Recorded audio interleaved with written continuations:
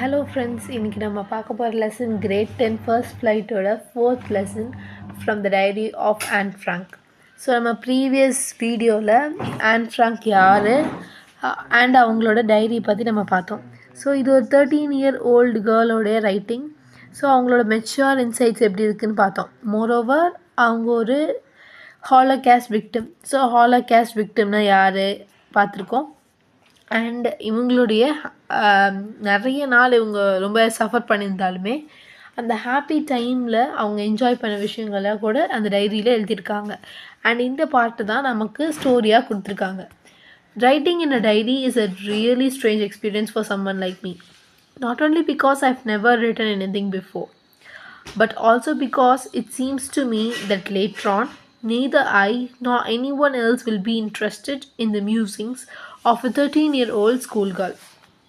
So ஒரு diary எழுதுறது ஏன் அவங்களுக்கு ரொம்பவே ஸ்ட்ரேஞ்சான ஒரு உணர்வை கொடுக்குது அப்படின்னு பார்த்தீங்கன்னா, அவங்க இது வரைக்கும் இந்த மாதிரி ஒரு விஷயத்த பண்ணதே இல்லை. ஒரு டைரி அவங்க எழுதுனதே இல்லை.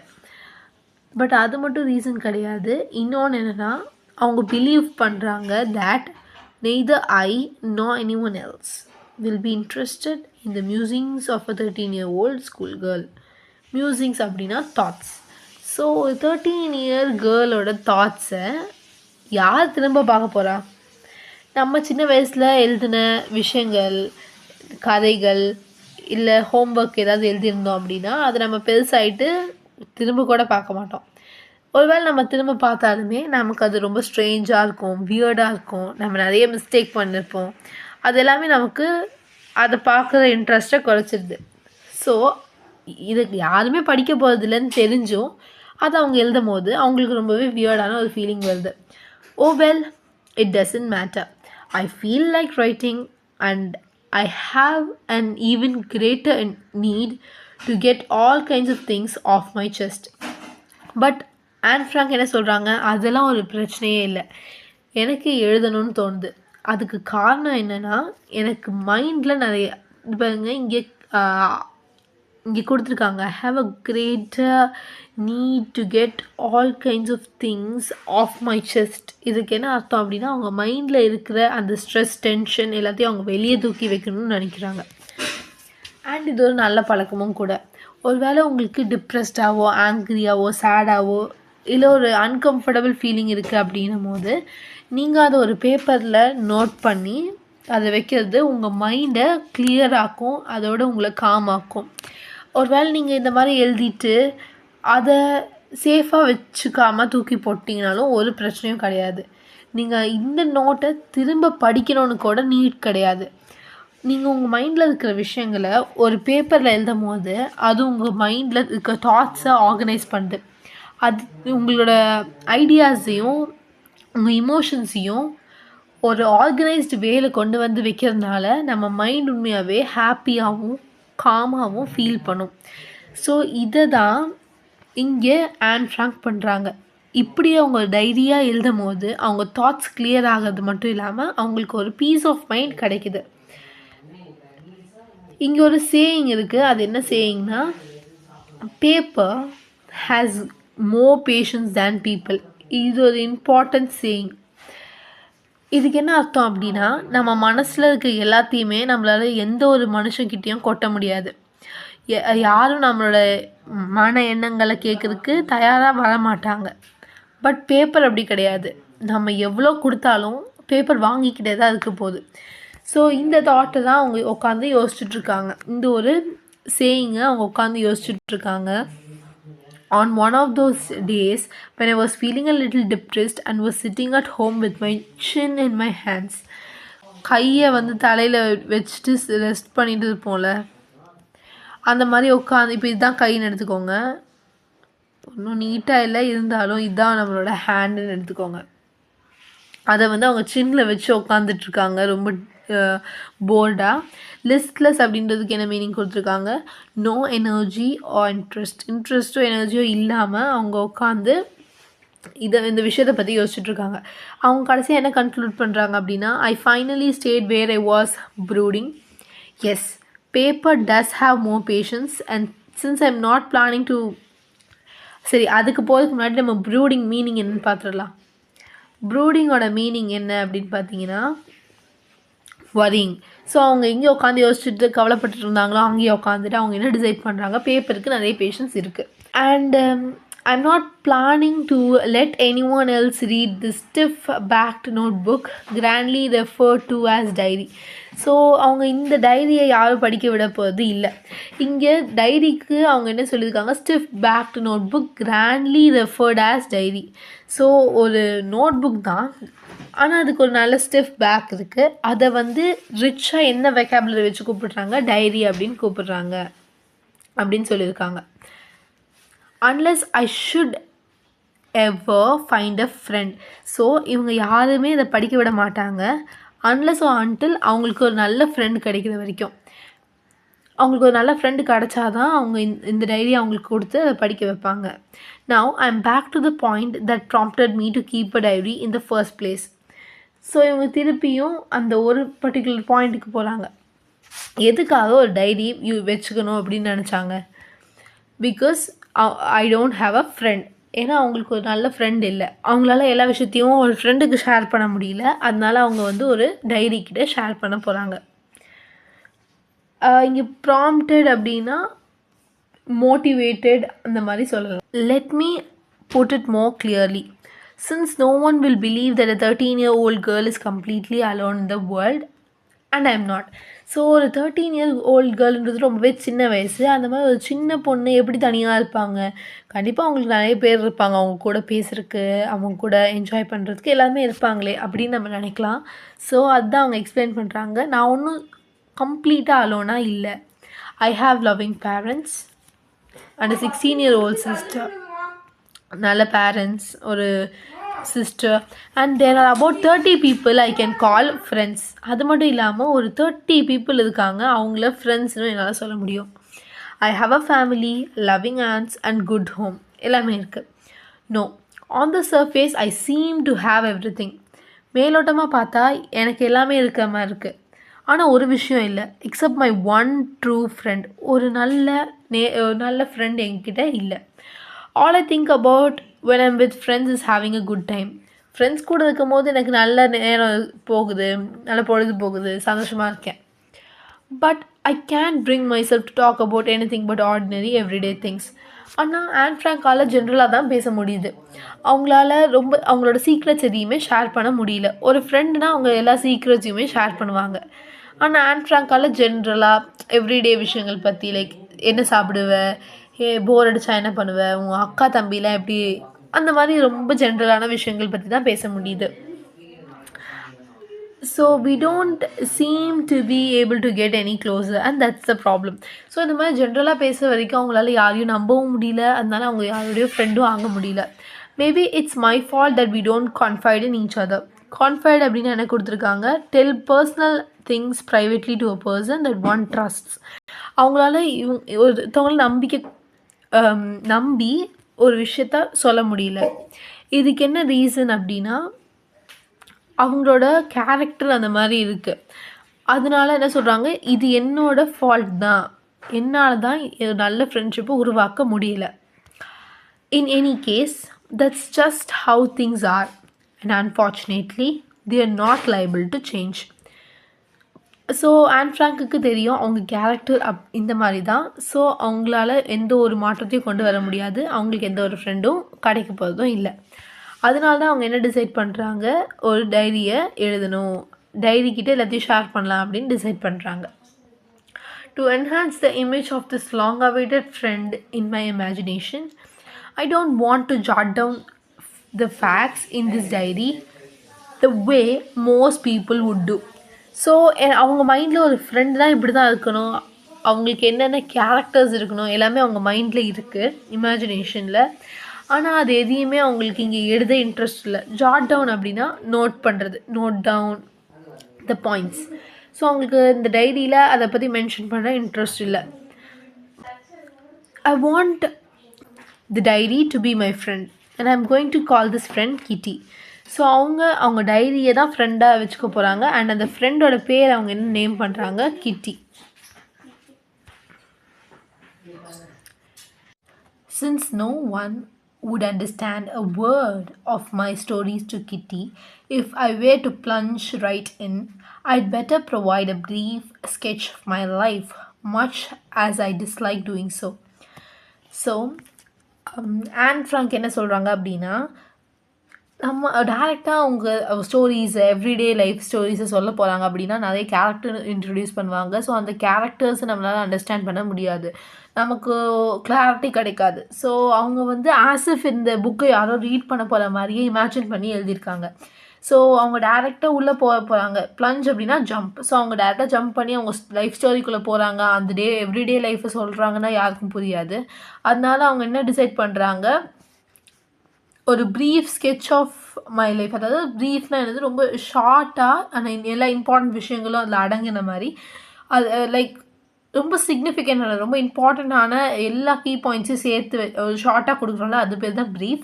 ஸோ ஒரு brief sketch of my life, ஒரு ப்ரீஃப் அவுட்லைன் கொடுக்க போகிறாங்க அவங்க லைஃப் பற்றி. ஸோ தட் நமக்கு ஈஸியாக அண்டர்ஸ்டாண்ட் ஆகும் அவங்களோட situation. Much as I dislike doing so. அவங்களுக்கு இது பண்ணுறதுக்கு அவ்வளோ இன்ட்ரெஸ்ட் இல்லை, அவங்களோட லைஃப் ஸ்டோரி சொல்கிறதுக்கு அவங்களுக்கு இன்ட்ரெஸ்ட் இல்லை. பட் ஸ்டில் அப்படி சொன்னால் தான் புரியுன்றனால அவங்க சொல்ல போகிறாங்க. My father, the most adorable father I've ever seen, didn't marry my mother until he was 36 and she was 25. So இங்கே அவங்க லாங்குவேஜ் எப்படி இருக்குது அப்படின்னு பாருங்கள். அவங்க ஃபாதரை அவங்க மோஸ்ட் அடோரபிள் ஃபாதர் அப்படின்னு சொல்கிறாங்க. இது எல்லாருமே பண்ணக்கூடிய ஒரு விஷயந்தான். எல்லாருக்குமே அவங்க அம்மா அப்பா வந்து ரொம்பவே பிடிக்கும். அண்ட் ஒரு டாட்டருக்குன்னும் போது அவங்க ஃபாதரை கண்டிப்பாக அடோரபிள்னு சொல்கிறதுல எந்த தப்புமே இல்லை. ஸோ அவங்க ஃபாதரை அவங்க ரொம்பவே அழகான ஒருத்தரணும். அதுக்கப்புறம் என்ன சொல்கிறாங்க, அவங்க எந்த ஏஜில் அவங்க அம்மாக்கும் அப்பாவுக்கும் கல்யாணம் ஆச்சு அப்படின்னு சொல்கிறாங்க. ஸோ அந்த டைம் கல்யாணம் ஆன டைமில் அவங்க அப்பாவுக்கு வந்து 36 இயர்ஸ் அண்ட் அவங்க அம்மாவுக்கு வந்து 25 இயர்ஸாக இருக்குது. அதுக்கப்புறம் அவங்களோட சிஸ்டர் நேம் நமக்கு இன்ட்ரடியூஸ் ஆகுது. ஸோ அவங்க சிஸ்டர் நேம் மார்கெட். மார்கெட் அப்படின்னு நம்ம ப்ரொனவுன்ஸ் பண்ணாமல் மார்கோன்னு தான் ப்ரொனவுன்ஸ் பண்ண போகிறோம். That is a little appropriate way of pronouncing. So நம்ம மார்கோனே சொல்லலாம். Was born in Frankfurt in Germany in 1926. So 1926ல அவங்க அக்கா பிறக்கிறாங்க. I was born on 12th June 1929. So அவங்க 29ல பிறக்கிறாங்க, அவங்க அக்கா 26ல பிறக்கிறாங்க. ஸோ மொத்தமாக 3 years ஏஜ் கேப் அவங்களுக்குள்ளே இருக்குது. I lived in Frankfurt until I was 4. My father emigrated to Holland in 1933. My mother, Edith Hollander Frank, went with him to Holland in September, while Margaret and I were sent to Aachen to stay with our grandmother. So இங்கே நமக்கு என்ன தெரியுது அப்படின்னா, இவங்க வந்து ஃப்ராங்க்ஃபர்ட்டில் தான் இருக்காங்க. And இது வரைக்கும் தான் அவங்க அங்கே ஸ்டே பண்ணுறாங்க. அவங்க 4 years ஆகிற வரைக்கும் தான் அவங்க ஃப்ராங்க்ஃபர்ட்டில் ஸ்டே பண்ணுறாங்க. இதுக்கப்புறம் வந்து மோஸ்ட் ப்ராபப்ளி இந்த Nazism and occupation of Nazi people வந்து அதிகமாக இருக்கும். ஸோ அவங்க ஃபேமிலியாக ஷிஃப்ட் ஆகணும் அப்படின்னு டிசைட் பண்ணுறாங்க. அவங்களுக்கு வந்து ஜெர்மனி சேஃப் இல்லைன்னு தெரிஞ்சனால அந்த இடத்துலேருந்து அவங்க வேறு இடத்துக்கு ஷிஃப்ட் ஆகி போகணும் அப்படின்னு நினைக்கிறாங்க.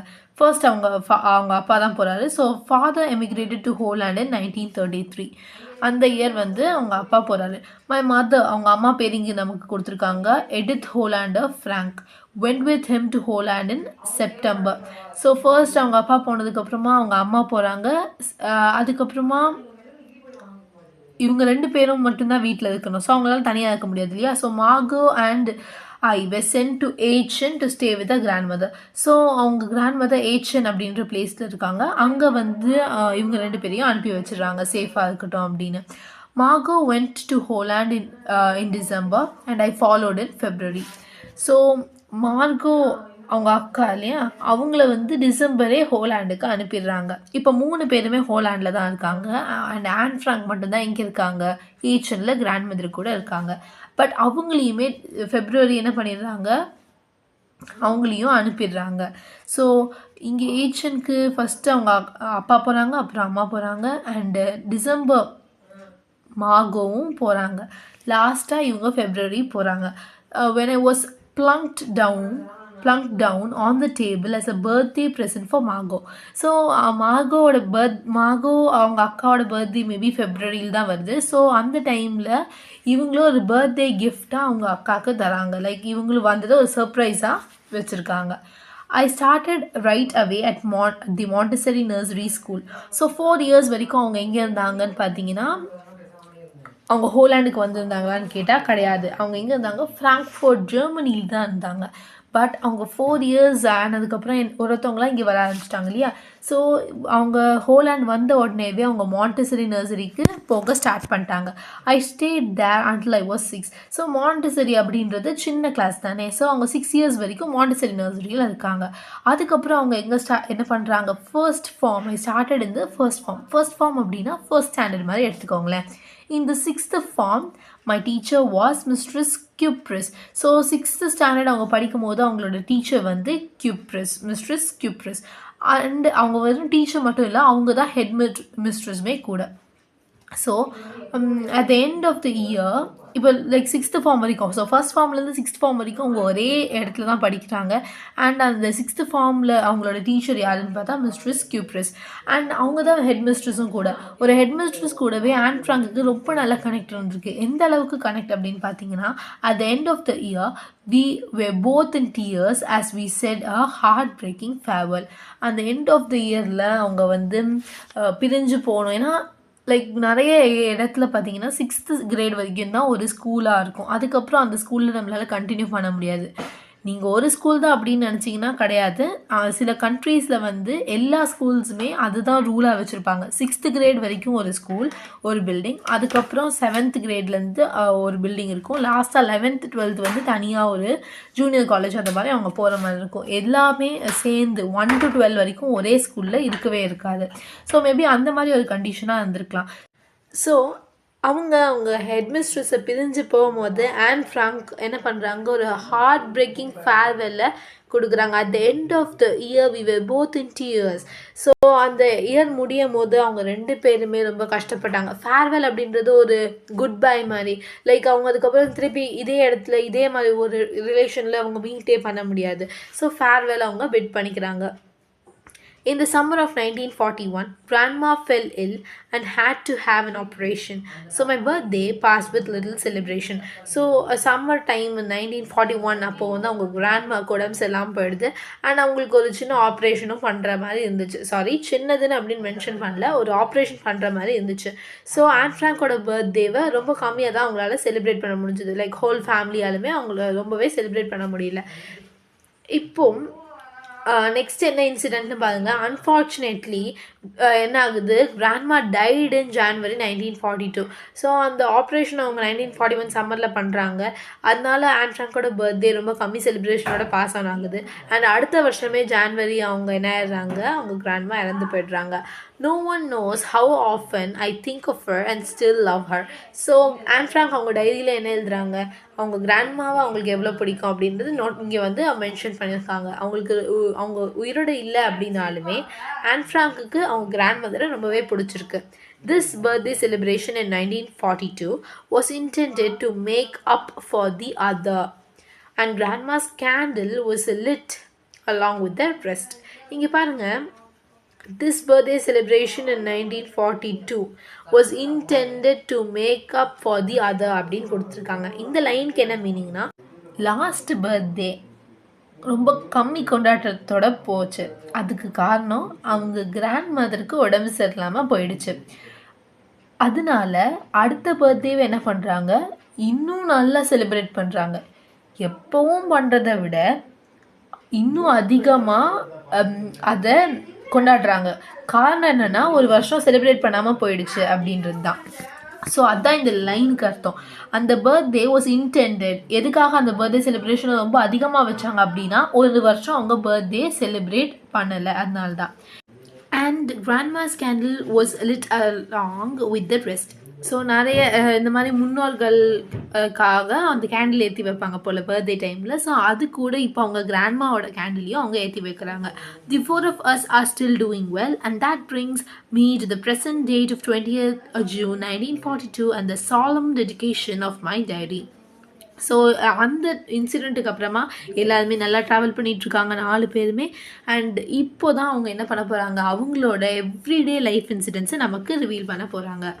அண்ட் இங்கே சாலம் டெடிகேஷன் அப்படின்னு கொடுத்துருக்காங்களே, சாலம் டெடிகேஷன் ஆஃப் மை டைரி அப்படின்னா இவங்க வந்து எவ்வளோ டெடிக்கேட்டடாக அந்த டைரிக்கு அவங்களையே ப்ரெசென்ட் பண்ணியிருக்காங்க. அவங்க வந்து ஒழுங்காக எவ்ரிடே இன்சிடென்ட்ஸை எழுத போகிறாங்க அப்படின்ற ஒரு முடிவெடுத்திருக்காங்களே, அதுதான். ஸோ நம்ம அந்த டேயில் என்ன நடந்தது அப்படின்னு பார்க்கலாம். our dearest kitty, our entire class is quacking in its boots. The reason, of course, is the forthcoming meeting in which the teachers will decide who will move up to the next form and who will be kept back. So இங்கே நமக்கு meaning கொடுத்துருக்காங்க. குவாக்கிங் இன் it's boots அப்படின்னா என்ன அர்த்தம் அப்படின்னு நமக்கு கொடுத்துருக்காங்க. என்ன அர்த்தம்? Shaking with fear and nervousness.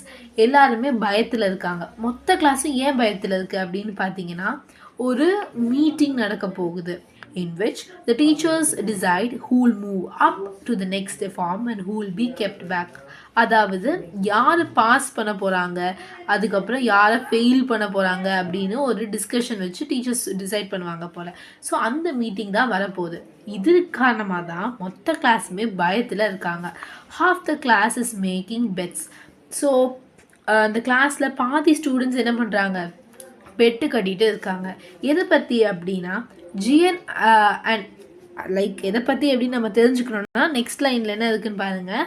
GN and I laugh ourselves silly at the two boys behind us.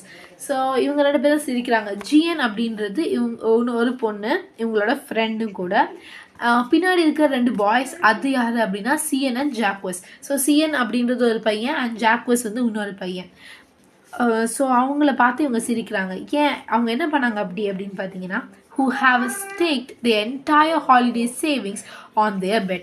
So holiday டைமில் அவங்களுக்கு நிறைய சேவிங்ஸ் கிடச்சிருக்கு. அது காரணம் லைக் பாக்கெட் மணி மாதிரி பேரண்ட்ஸ் கொடுத்துருக்கலாம், இல்லை அவங்களுக்கு ஏதாவது பர்ச்சேஸ் பண்ணுறதுக்கு கொடுத்த போது பர்ச்சேஸ் பண்ணுறது போக வச்சுருப்பாங்க இல்லையா, அந்த சேவிங்ஸ். ஸோ ஹாலிடேக்குன்னு அவங்களுக்கு கிடச்ச எல்லா மணியுமே அவங்க பெட்டு கட்டிகிட்டு இருக்காங்க. எதுக்காக அப்படின்னு பார்த்தீங்கன்னா, பாஸ் ஆக போகிறாங்களா இல்லை ஃபெயில் ஆக போகிறாங்களா அப்படின்றது தான். From morning to night it is. இங்கே இட்ஸ் அப்படின்னு இருக்கு இல்லையா, இது வந்து இட் இஸ் அப்படின்றதோட ஷார்ட் ஃபார்ம் தான். யூ கோயிங் டு பாஸ், இங்கே யூர் அது வந்து you are. You going to pass, no I'm not. Yes you are, no I'm not. So அவங்க 2 பேரும் என்ன சொல்லிட்டு இருக்காங்க, ஒருத்தர் சொல்கிறான் இன்னொரு பர்சன் பாஸ் ஆவான் அப்படின்னு, பட் அவன் என்ன சொல்கிறான், நோ நான் ஃபெயில் ஆகிடுவேன் அப்படின்னு. ஸோ 2 பேரும் பேசிகிட்டு இருக்காங்க. Even G's pleading glances and my angry outbursts can't calm them down. So G N அப்படின்னு நீங்கள் சொல்லியிருக்காங்க இல்லையா ஆல்ரெடி, அந்த பொண்ணு வந்து எவ்வளோ கெஞ்சி கேட்டுட்டா. அண்ட் ஆன் ஃப்ராங்க் வந்து ரொம்பவே கோவமாயிட்டாங்க, எரிச்சல் ஆயிட்டாங்க இவங்க 2 பேரும் பண்ணுறதில்ல. ஆனாலும் அவங்க 2 பேரும் அவங்க ஆர்கியூமெண்ட்டை நிறுத்தவே இல்லை. If you ask me, there are so many dummies that about a quarter of the class should be kept back. So dummies அப்படின்னு இங்கே இருக்கு இல்லையா, இதுக்கு என்ன அர்த்தம், நிறைய பேர் ஒழுங்காக படிக்காமல் இருக்காங்க. அதாவது எந்த அளவுக்கு அப்படின்னா, குவார்ட்டர் ஆஃப் த கிளாஸ், 1/4, 4ல் ஒரு பகுதி என்ன தான் பண்ணிடுவாங்க, அவங்க வந்து ஃபெயில் தான் ஆக்கியிருக்கணும். ஆனால் நெக்ஸ்ட் லைனை பாருங்கள், but teachers are the most unpredictable creatures on அர்த். ஆனால் டீச்சர்ஸ் என்ன முடிவெடுப்பாங்க அப்படின்றத நம்மளால் நினச்சி கூட பார்க்க முடியாது. இது ஏன் சொல்லியிருக்காங்க அப்படின்னு பார்த்தீங்கன்னா, டீச்சர்ஸ் திடீர்னு அவங்க முடிவை மாற்றிக்கிட்டு ஃபெயில் ஆகக்கூடிய பசங்களை கூட பாஸ் பண்ணி விடுறதுக்கு நிறைய வாய்ப்பு இருந்திருக்கு. அப்போ மட்டும் இல்லை, இன்னமும் அந்த மாதிரி தான் டீச்சர்ஸ் இருக்காங்க இல்லையா. நம்ம வந்து எவ்வளோ தான் அவங்க நல்வழிப்படுத்தினாலும் நம்ம அதாவது ஸ்டூடெண்ட்ஸோட மனம் வருந்தக்கூடாது, அவங்க கஷ்டப்படக்கூடாது அப்படின்றதுனால அவங்கள வந்து லாஸ்ட் மொமெண்ட்டில் பாஸும் பண்ணி விட்டுடுறாங்க. I'm not so worried about my girl friends and my self. So இங்கே கேர்ள் ஃப்ரெண்ட்ஸ் அப்படின்னு என்ன மென்ஷன் பண்ணுறாங்க அப்படின்னா, கேர்ள்ஸ் அந்த ஸ்டூடெண்ட்ஸ் இருக்காங்க இல்லையா, அதில் பாய்ஸ் அண்ட் கேர்ள்ஸ்னு பார்த்தா கேர்ள்ஸ் எல்லாருமே வந்து அவ்வளோ கவலைப்படலை பாய்ஸ் அளவுக்கு. ஏன்னா they believe will make it. அவங்களுக்கு வந்து தெரியும் எப்படியாவது அவங்க பாஸ் ஆகிடுவாங்க அப்படின்னு. பட் ஒரு சின்ன பாயிண்ட் இருக்குது, வேர் அவங்க கேர்ள்ஸுமே கொஞ்சம் நடுங்கி போகிறாங்க. The only subject I am not sure about is maths. So மேக்ஸில் மட்டும்தான் இவங்களுக்கு கொஞ்சம் டவுட் இருக்குது, பாஸ் ஆகிடுவாங்களா. Anyway all we can do is wait. Until then we keep telling each other not to lose heart. ஆனால் அவங்க எல்லாருமே ஒரு நம்பிக்கையோட வெயிட் பண்ணுறாங்க, நம்ம வந்து பாஸ் ஆகிடுவோம் அப்படின்னு அவங்க முழு நம்பிக்கையும் வைக்கிறாங்க. பிகாஸ் அவங்க எல்லாமே பண்ணிட்டாங்க. இப்போ கடைசி நிமிஷத்தில் அவங்க கையில் எதுவுமே இல்லை. I get along pretty well with all my teachers. So Anne Frank வந்து முன்னாடி நம்ம பார்த்தோம் அவங்க ஹெட் மிஸ்ட்ரஸ் கூட எவ்வளோ கனெக்டடாக இருந்தாங்கன்னு. அதே மாதிரி அவங்க எல்லா டீச்சர்ஸ் கூடயுமே நல்லா ஒரு ரேப்போ பில்ட் பண்ணி வச்சுருக்காங்க. There are 9 of them. So மொத்தமாக அவங்க 9 டீச்சர்ஸ் மொத்தமாக மொத்தமாக அங்கே 9 டீச்சர்ஸ் இருக்காங்க. அண்ட் அந்த 9 டீச்சர்ஸில் எப்படின்னு பார்த்தீங்கன்னா 7 men and 2 women. 7 men, that is 7 gen teachers and 2 women teachers இருக்காங்க. ஸோ இதில் நம்ம ஒருத்தர் பற்றி தான் இந்த லெசனில் பார்க்க போகிறோம். அது யார் அப்படின்னு பார்த்தீங்கன்னா மிஸ்டர் கேசிங். கேசிங் யார்? The old fogey who teachers maths. So இங்கே ஃபாகிக்கு மீனிங் கொடுத்துருக்காங்க ஓல்டு ஃபேஷன்டு பர்சன். இதுவே வந்து ஒரு ஓல்டு ஸ்டோரி. அந்த டைம்லேயே ஒருத்தர் ஓல்டு ஃபேஷனாக இருந்திருக்காரு அப்படின்னா பார்த்துக்கோங்களேன். அவர் வந்து ரொம்பவே சீரியஸான ஒரு மேனாக இருந்திருப்பார். ஜோக்ஸ் எதுவுமே இருந்திருக்காது. அவருக்கு வந்து எல்லாருமே ரொம்ப ஒழுக்கமாக இருக்கணும், எல்லாருமே நல்ல கிளாஸை கவனிக்கணும், பேசக்கூடாது அப்படின்னு எவ்வளோ ஸ்ட்ரிக்டாக இருந்திருப்பார். அதோட அவருமே அந்த அளவுக்கு ஒரு சீரியஸான டீச்சராக இருந்திருப்பார். இவரை மட்டும் அவங்களுக்கு அவ்வளோ செட் ஆகலை. இவர் மட்டும் ஏன்னு பார்க்கலாம். Was annoyed with me for ages because I talked to so much. So Anne Frank வந்து ரொம்பவே டாக்கட்டிவான ஒரு கேர்ள். அதனால அவங்க ரொம்ப பேசிகிட்டே இருக்காங்க கூட இருக்கிறவங்களோட. இது அவரை ரொம்பவே எரிச்சல் பண்ணிடுச்சு. அதனால அவர் என்ன பண்ணுறாரு, after several warnings he assigned me an extra homework. So அவர் வந்து இவங்களுக்கு ஒரு எக்ஸ்ட்ரா ஹோம்ஒர்க்கை கொடுத்துட்றாரு. அதாவது ஒரு பனிஷ்மெண்ட் மாதிரி. an essay on the subject chatterbox. So அந்த ஹோம்ஒர்க் என்னது, chatterbox அப்படின்ற அந்த டாப்பிக்கில் அவங்க ஒரு எஸ்ஸே எழுதணும். ஸோ நிறைய டைப்ஸ் ஆஃப் பனிஷ்மெண்ட் இருக்குது. அதில் இது வந்து ஒரு டைப் ஆஃப் பனிஷ்மெண்ட் எப்படி கொடுக்குறாரு, நீ ரொம்ப வாய் பேசிகிட்டே இருக்க, அதனால நீ அதை பற்றியே எழுது அப்படின்னு சொல்லிடுறாரு. a chatterbox, what can you write about that? I'd worry about that later, I decided. So chatter box பற்றி என்ன எழுத முடியும், சரி எதுக்கு அதெல்லாம் இப்போ யோசிச்சுட்டு அப்படின்னு அவங்க என்ன பண்ணிடுறாங்க, அதை எழுதி வச்சுட்டு அதை பற்றி விட்டுடுறாங்க. இப்போ எதுக்கு அதை பற்றி கவலைப்பட்டுட்டு அப்படின்னு விட்டுடுறாங்க. ஐ jotted down the title in my notebook. அவங்க என்ன பண்ணுறாங்க, குயிக்காக அந்த title எழுதிடுறாங்க. tucked it in my bag and tried to keep quiet. So அவங்களுக்கு பனிஷ்மெண்ட் அதனே கொடுத்தாரு. ஸோ இப்போயாவது கொஞ்சம் அமைதியாக இருக்கலாம் அப்படின்னு ட்ரை பண்ணுறாங்க. that evening after I'd finished the rest of my homework, இங்கே பாருங்கள் ஐடுன்னு 2 வாட்டி ரிப்பீட் ஆயிருக்கு இல்லையா. இங்கே ஐட் worry about that later அப்படின்னா I would worry about it later. இங்கே இந்த டி வந்து I would worry about that later. இங்கே வந்து இருக்குது இல்லையா, அதுக்கு என்ன தெரியுமா அர்த்தம், that evening after I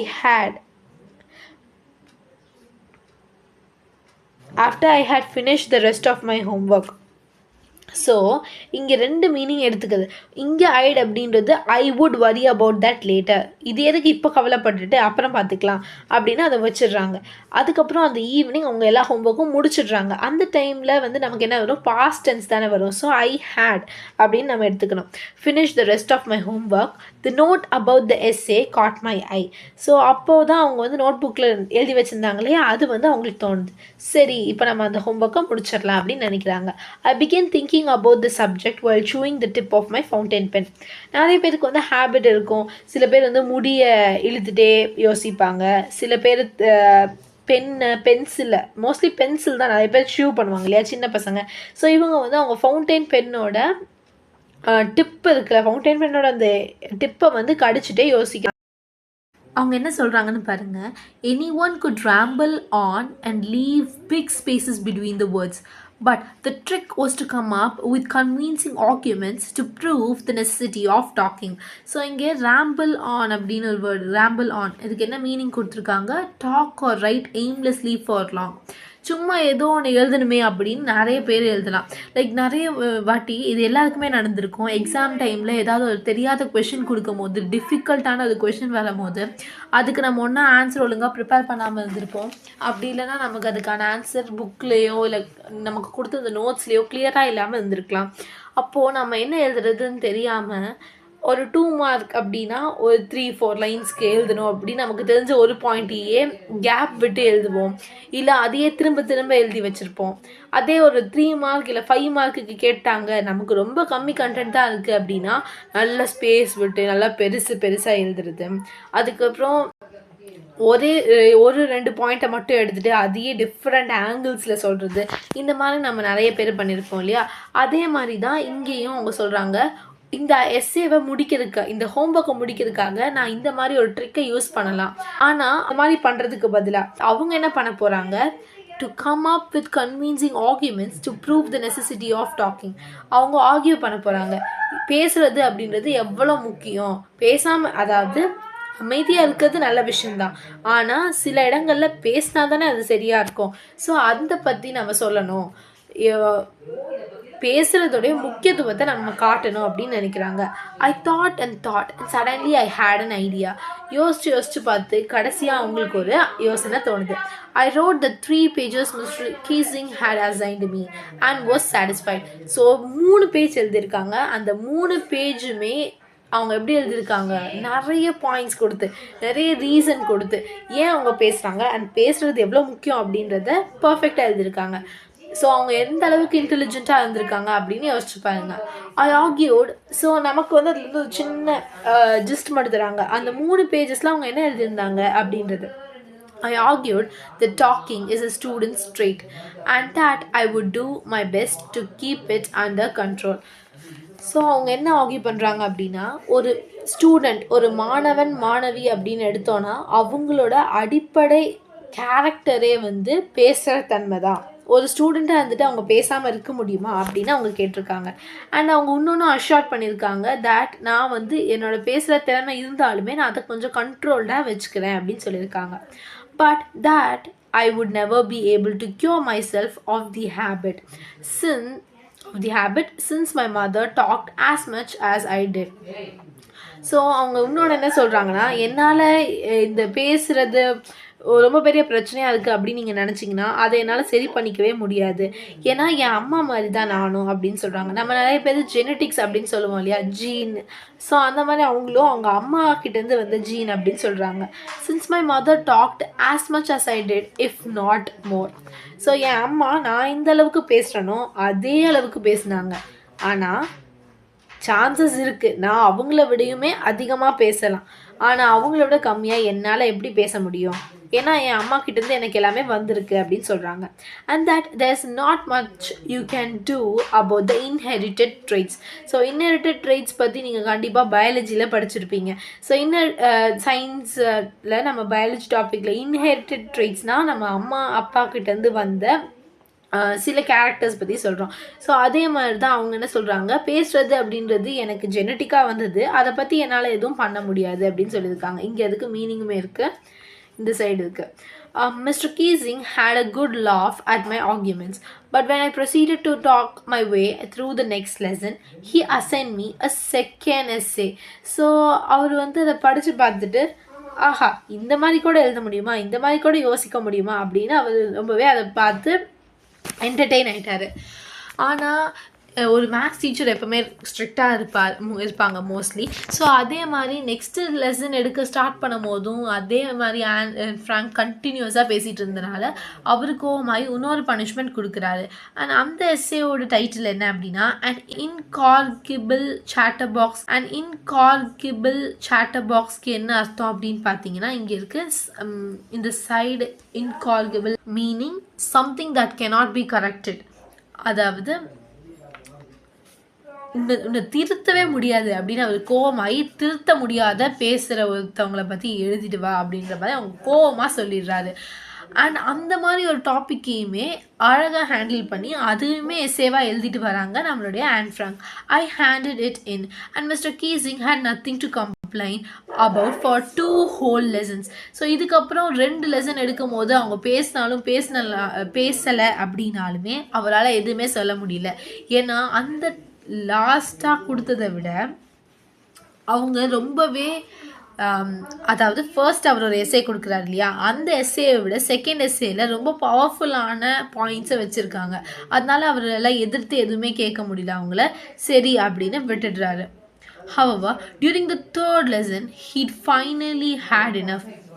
so அந்த first lesson and second lesson ரெண்டுத்துக்குமே அவர் எதுவும் சொல்லலை. பிகாஸ் ஃபர்ஸ்ட் லெசன் எடுக்கும் போது அவங்க வந்து டிஸ்டர்ப் பண்ணுறாங்க, பேசுகிறதுனால டிஸ்டர்ப் ஆகுது அப்படின்னு ஒரு பனிஷ்மெண்ட். செகண்ட் லெசன் எடுக்கும் போது இன்னொரு பனிஷ்மெண்ட். ஆனால் அந்த அவங்க கொடுத்த ஆர்கியூமெண்ட்ஸ் ரொம்பவே சாட்டிஸ்ஃபைங்காக இருந்ததுனால அவங்க வந்து அவங்க சார் 2 லெசனுக்கு எதுவுமே சொல்ல, அதாவது ஃபர்ஸ்ட் 2 லெசன் 1 and 2க்கு எதுவுமே அவர் சொல்லலை. ஆனால் 3rd லெசன் வரும்போது he'd finally had enough. Second லெசன்லேயே ஒரு பனிஷ்மெண்ட் கொடுத்தேன், அது தாண்டி நீ தேர்ட் லெசன்லேயும் பேசுறியா, தேர்ட் லெசன் எடுக்கும் போதும் அப்படின்னு அவர் கோவமாயிட்டாரு. Anne Frank, as a punishment for talking in class, write an essay entitled "Quack Quack Quack," said Mistress Chatterbox. So இந்த எஸ்ஸேயோட டைட்டில் பாருங்க, quack quack quack said Mistress Chatterbox தான் டைட்டிலே.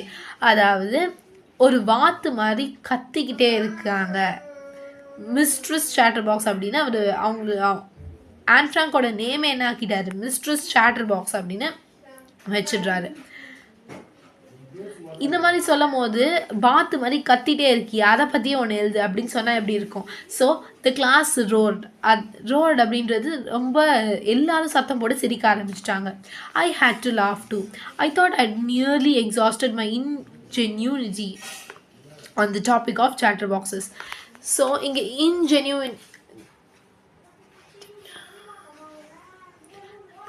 இன்ஜென்யூட்டிக்கு என்ன மீனிங் கொடுத்துருக்காங்கன்னா, ஒரிஜினாலிட்டி அண்ட் இன்வென்டிவ்னஸ். ஸோ அவங்க வந்து ரொம்ப மனசில் வந்து பேசுகிறது எவ்வளோ முக்கியம், எவ்வளோ அவசியம்னு அவங்க நிறைய எழுதுனாங்க. பட் எழுதி ஒரு கட்டத்தில் அவங்களாலேயே முடியல, இதுக்கு மேலே என்ன தான் எழுத முடியும் அப்படின்னு வேறு ஒரு பிளான் பண்ணுறாங்க. It was time to come up with something else. So நிறைய எஸ்ஸே எழுதிட்டோம், அது போதும், இப்போ வேறு ஏதாவது பண்ணணும், சம்திங் ஒரிஜினல். ஸோ வேறு விதமாக இதை ட்ரை பண்ணி ஹேண்டில் பண்ணலாம் அப்படின்னு நினைக்கிறாங்க. மை ஃப்ரெண்ட் சானி, இங்கே இன்னொரு ஃப்ரெண்டு பற்றி சொல்கிறாங்க, அவங்க பேர் தான் என்னது, Sanne, who is good at poetry. இங்கே வந்து இங்கே அப்பாஸ்ட்ரஃபி எஸ் வந்து ஹூ வாஸ் அப்படின்னு வச்சுக்கலாம், இல்லை ஹூ இஸ்னுமே வச்சுக்கலாம். ஸோ நம்ம பாஸ்ட்டில் படிக்கிறோம் அப்படின்னா ஹூ வாஸ், பட் இவங்க எழுதுனது வந்து ப்ரெசென்ட்டில் தானே, அந்த டைம் அவங்க எழுதும் போது who is good at poetry. So சானியோட ப்ளஸ் பாயிண்ட் என்னது, அவங்க நல்லாவே கவிதை எழுதினாங்க. Offer to help me write the essay from beginning to end in verse. So அவங்க ஆன் ஃப்ராங்க் என்ன மைண்டில் வச்சுருக்காங்களோ அது எல்லாத்தையுமே வசனமாக எழுதி கொடுக்குறேன், ஒரு போயமாக நம்ம வந்து இதை எழுதிடலாம் அப்படின்னு சொல்கிறாங்க. And I jumped for joy. இப்போ ஆன் ஃப்ராங்க்குமே ரொம்ப சந்தோஷம். Mister Keesing was trying to play a joke on me. Mister Keesing இருக்கார்ல, அவர் என்ன பண்ணார், ஆன் ஃப்ராங்கை மொத்த கிளாஸ் முன்னாடியும் என்ன சொல்லிட்டாரு, ஒரு வாத்து மாதிரி கத்திட்டு இருக்கிறத பற்றி எழுது அப்படின்னு சொல்லும் போது எல்லாருமே அவங்கள பார்த்து சிரித்தாங்க. ஆனால் இப்போ ஆன் ஃப்ராங்க் என்ன நினைக்கிறாங்க, அவர் எப்படி இவங்க மேலே ஜோக் பண்ணாரோ அதே மாதிரி ஒரு ஜோக்கை அவர் சைடே டேர்ன் பண்ணிடணும் அப்படின்னு நினைக்கிறாங்க. ஸோ என்ன ஜோக்கு, அதை எப்படி எழுதுறாங்க அப்படின்னு பார்க்கலாம். I finish my poem and it was beautiful. So அவங்க ஃபுல் போயமே முடிச்சிடுறாங்க. பட் நமக்கு இங்கே போயமையாக கொடுக்க போகிறாங்கன்னு கேட்டால் கிடையாது, அந்த போயமில் என்ன இருந்துச்சு அதோட சார் தான் நமக்கு இங்கே கொடுக்க போகிறாங்க. It was about a mother duck and a father swan with 3 baby ducklings. So அவங்க அம்மா ஒரு அம்மா பாத்து, அதுக்கப்புறம் அப்பா வந்து ஸ்வான் வந்து ஒயிட்டாக ரொம்ப அமைதியாக பாண்டில் இருக்கும், அது அவ்வளோவா சத்தமே போடாது. இங்கே ஒரு அம்மா அண்ட் அப்பா ரெண்டுமே வந்து ஒரே அனிமல்லே கிடையாது, ரெண்டுமே வேறு ஸ்பீஷஸ். ஸோ அந்த மாதிரி ஒரு 2 இருக்குது அப்படின்னும் போது 3 குழந்தைங்க பிறக்கிறாங்க. அந்த 3மே என்னது, பேபி டக்லிங்ஸ். ஸோ மதர் டக்கு, பேபி டக்லிங்ஸ், எல்லா டக்குமே என்ன பண்ணுவோம், குவாக் குவாக் சவுண்ட் பண்ணிகிட்டே இருக்கும். ஆனால் ஃபாதர் வந்து ஸ்வான் வந்து ரொம்பவே அமைதியாக இருக்கும். இங்கே என்ன நடக்குது, it was about a mother duck and a father swan with 3 baby ducklings who were bitten to death by the father. So இவங்க இந்த 3 பேபி டக்லிங்ஸையுமே அவங்க அப்பா என்ன பண்ணிடுது, கடிச்சே கொன்னுடுறாரு. அதுக்கு என்ன காரணம் அப்படின்னு பார்த்தீங்கன்னா, because they quacked too much. So இந்த என்ன அர்த்தம் வருது, ஒரு டக்கோட பிள்ளைங்க டக்கு மாதிரி கத்த தான் செய்யும், ஃபாதர் அப்படி இல்லைன்றனால அமைதியாக இருக்கணும் அப்படின்னு அதை கடிச்சே கொன்னுடுறாரு.